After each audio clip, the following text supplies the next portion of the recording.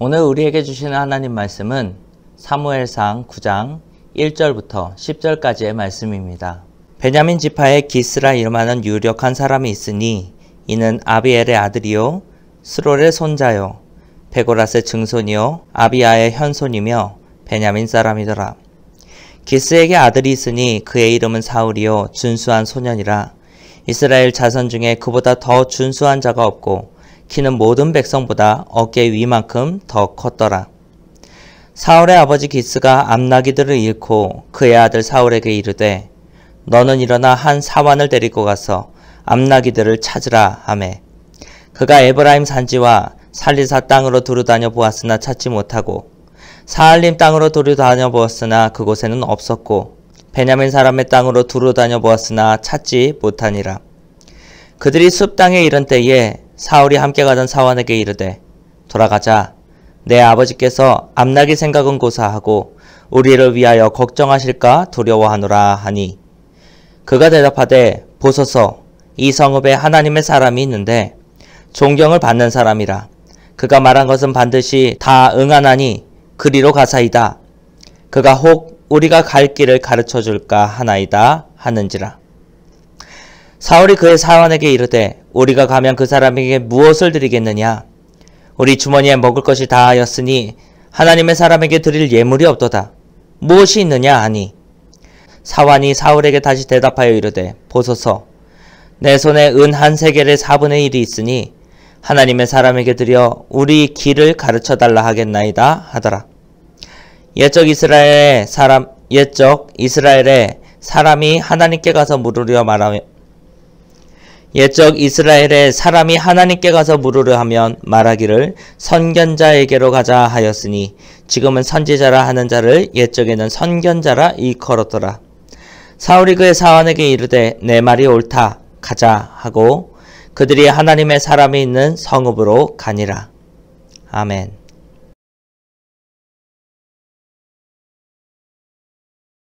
말씀과 기도, 이 두 가지는 우리 신앙생활에 있어서 뗄래야 뗄 수 없는 정말 중요한 두 가지입니다. 하지만 이 중요한 것들이 실제 우리 삶 속에서도 정말로 중요하느냐? 이것은 한번 따져보아야 하겠습니다. 예를 들어 정말 중요한 선택을 앞두고 혹은 인생의 위기를 만났을 때의 기도는 정말 중요한 가치를 갖습니다. 그런데 그냥 일상 속에서는요. 일상 속에서의 기도는 그보다는 훨씬 덜 중요해 보입니다. 왜 그런지 우리는 알고 있습니다.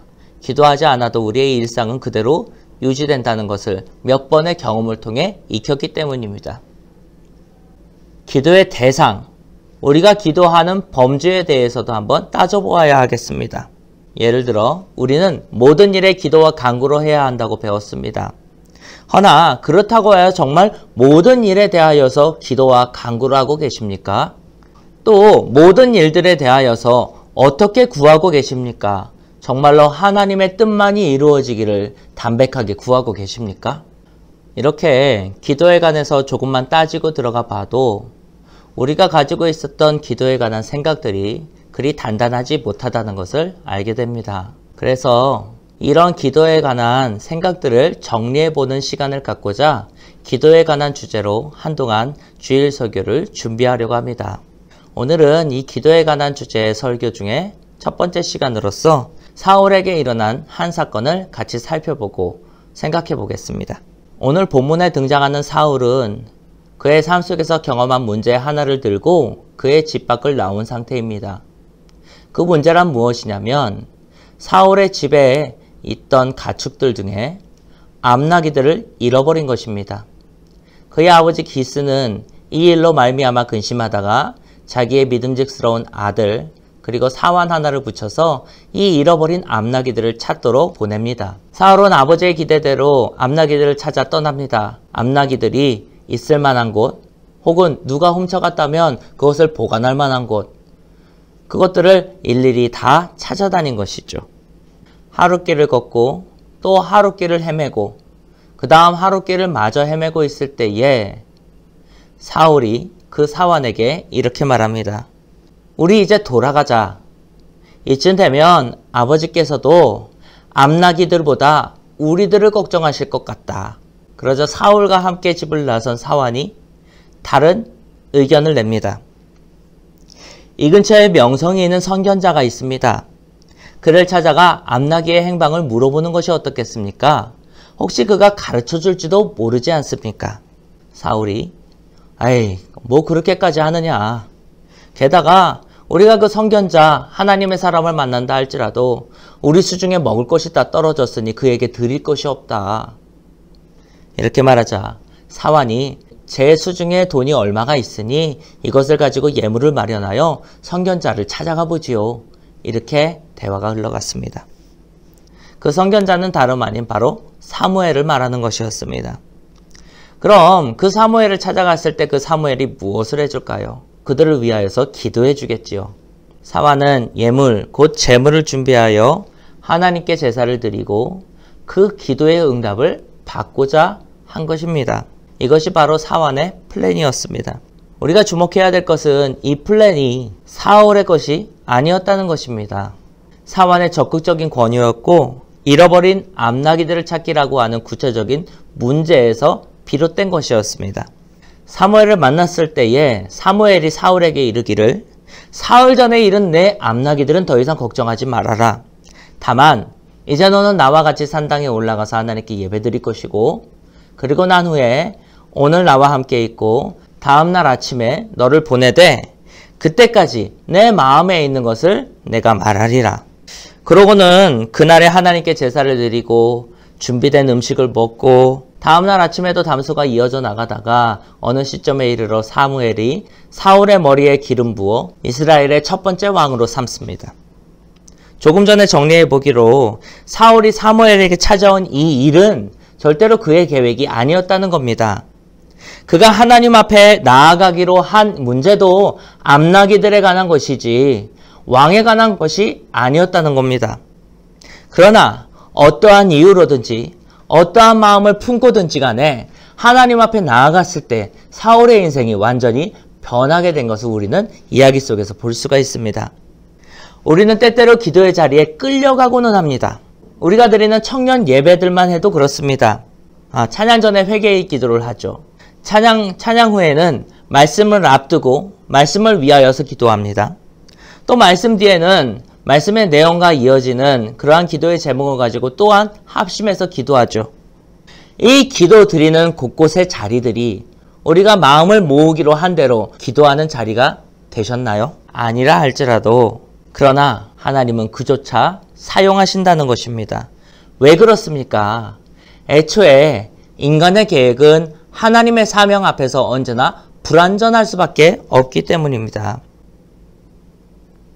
그렇기 때문에 우리를 채워서 사용하실 하나님에 대한 소망을 갖기만 하면 어떠한 자리이든 그 기도의 자리는 충만히 채워지는 역사가 임한다는 것입니다.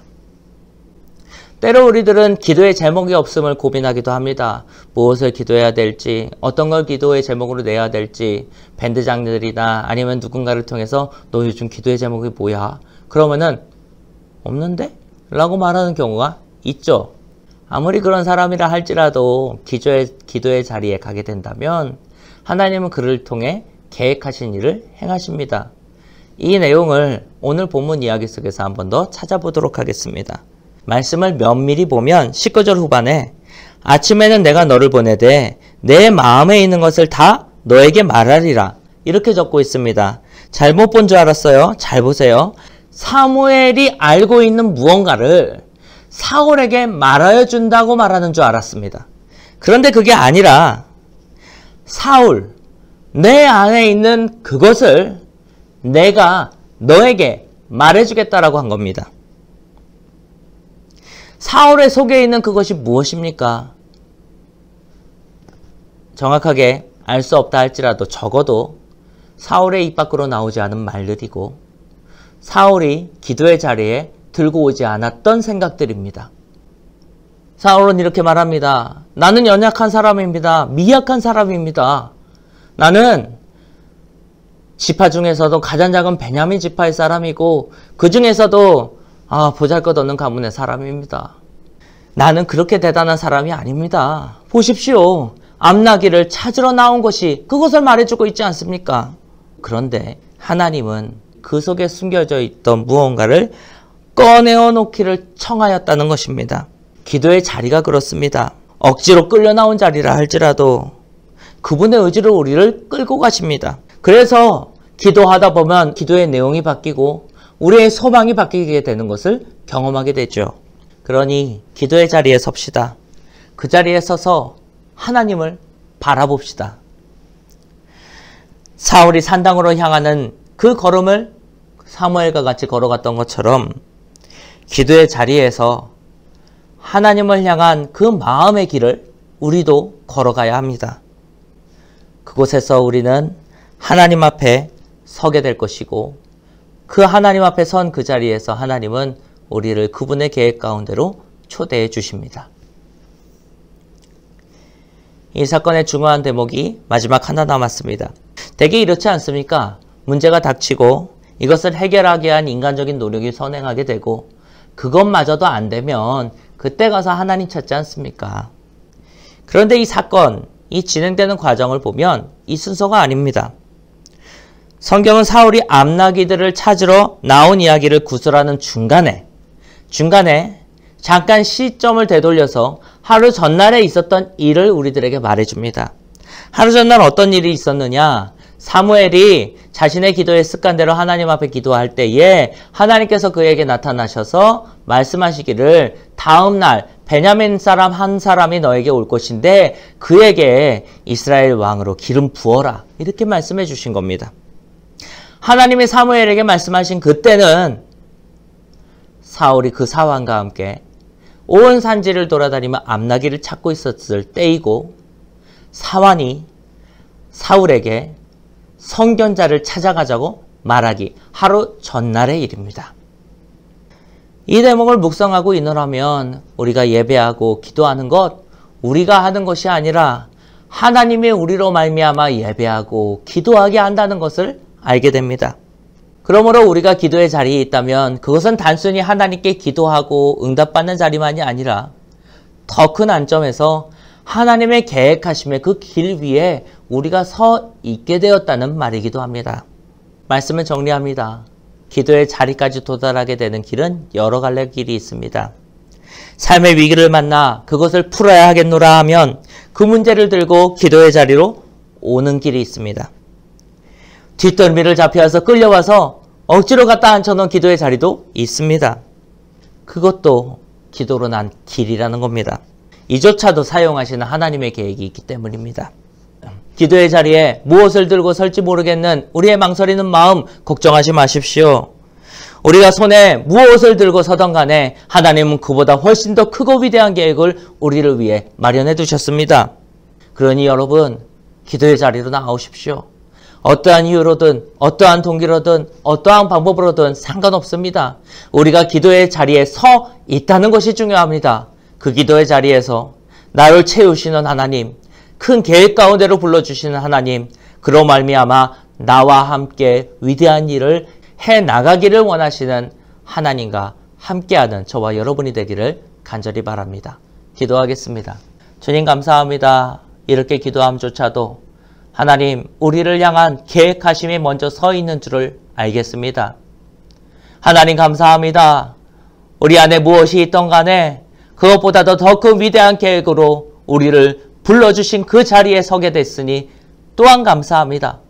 하나님 우리가 기도하며 하나님의 이름을 부르고 하나님 앞에 감히 서기를 원할 때에 우리의 마음을 움직여 주시고 정말로 그리하여 주시사 하나님 앞에 선 자에게 베푸시는 하나님의 은혜를 깨달아 아는 저희들 되게 하여 주시옵소서.